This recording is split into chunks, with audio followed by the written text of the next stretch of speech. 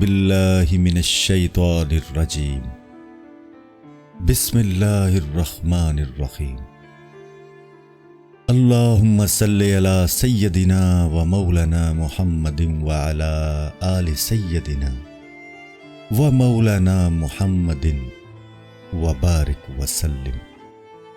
جلد سوم، حکایت نمبر 55۔ اس بات کا بیان کہ اللہ نے جو کچھ پیدا فرمایا حاجت کی بنا پر پیدا کیا، اور اپنے آپ کو محتاج بناؤ کہ وہ عطا کرے۔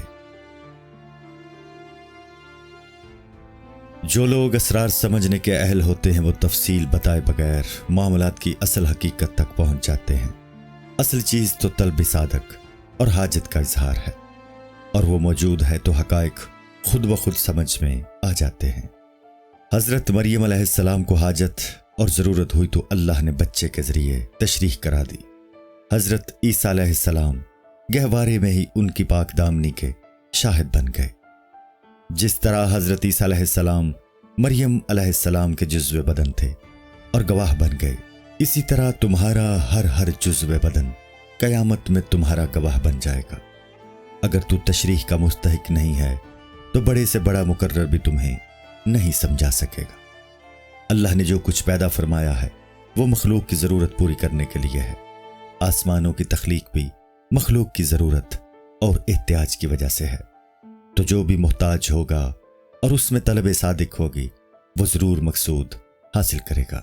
رحمت کی اصل اور سرمایہ انسان کا اندرونی درد ہے۔ جہاں ضرورت ہوتی ہے وہاں ضرورت کی چیز پہنچ جاتی ہے۔ درد ہو تو دوا حاصل ہو جاتی ہے، فقیر ہو تو سامان مل جاتا ہے۔ پانی کی تلاش نہ کر، پیاس پیدا کر، پانی خود بخود تیرے پاس پہنچ جائے گا۔ جب بچہ پیدا ہوتا ہے اور اس کی خوراک صرف دودھ ہوتی ہے تو قدرت اس کی ماں کے پستان میں دودھ پیدا فرما دیتی ہے۔ تو بھی اپنی ضرورت کے لیے جد و جہد کر، ضرورت پیدا کر لے گا تو غیب سے پانی کی آواز آنے لگے گی۔ غرض کے مطلوب کی فکر میں نہ پڑو، حاجت پیدا کرو، مطلوب خود حاصل ہو جائے گا۔ جب گھاس کو پانی کی ضرورت ہوتی ہے انسان خود اس تک پہنچا دیتا ہے۔ اسی طرح تم حاجت حقیقی پیدا کر لو، قدرت خود مطلوب تک پہنچا دے گی۔ روحوں کی کھیتی کے لیے ابر رحمت کوثر کا پانی لیے ہوئے موجود ہے، صرف تم ضرورت پیدا کرو۔ اللہ نے قرآن مجید میں فرمایا ہے، سقاہم ربہم شرابا طہورا، یعنی پلائی ان کو ان کے رب نے پاک شراب۔ وہ غلام جس پر نبی اکرم صلی اللہ علیہ وآلہ وسلم نے مہربانی فرمائی اپنے گاؤں میں پہنچ کر لوگوں کو حضور صلی اللہ علیہ وآلہ وسلم کے کرم کی باتیں بتانے لگا۔ وہاں کی ایک عورت حضور صلی اللہ علیہ وآلہ وسلم کے پاس آئی۔ 2 مہینے کا بچہ اس کی گود میں تھا۔ بچے نے فوراً کہا، اے اللہ کے رسول، آپ صلی اللہ علیہ وآلہ وسلم پر سلام ہو۔ اس کی ماں غصے سے بولی، چپ رہ، یہ بات تجھے کس نے سمجھائی؟ بچہ بولا، وہ تو تیرے سر پر ہے لیکن تو دیکھ نہیں رہی۔ اپنی نگاہ اوپر کر، جبرائیل علیہ السلام وہاں موجود ہیں اور وہی مجھے یہ سب کچھ بتا رہے ہیں۔ وہ مجھے رسول اکرم صلی اللہ علیہ وآلہ وسلم کی صفات بتا رہے ہیں۔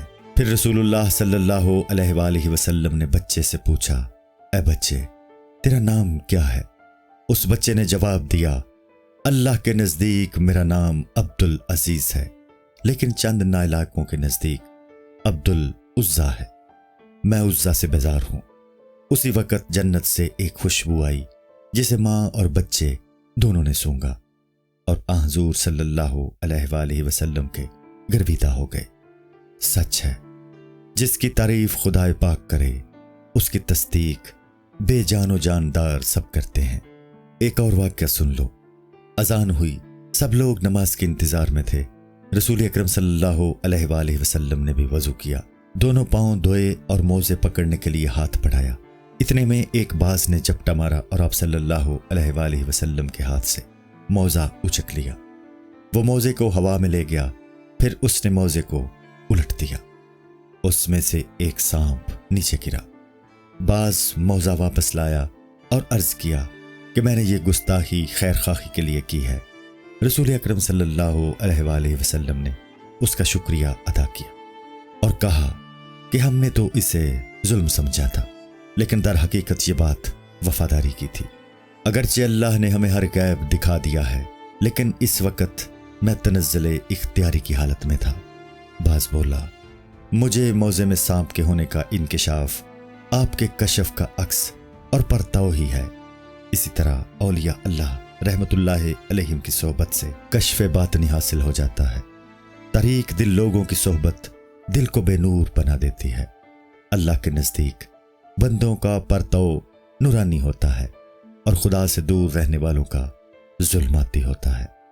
انسان کو پریشانیوں سے گھبرانا نہیں چاہیے، بلکہ صبر کرنا چاہیے۔ ہر پریشانی کے بعد راحت ضرور آتی ہے۔ کسی بھی تکلیف پر اللہ کے ساتھ بدگمانی نہیں کرنی چاہیے۔ عام لوگوں کے ساتھ تعلقات میں بھی خندہ پیشانی سے کام لینا چاہیے۔ پھول کی پتیاں اگر بکھر بھی جائیں تو ان کی مسکراہٹ ختم نہیں ہوتی۔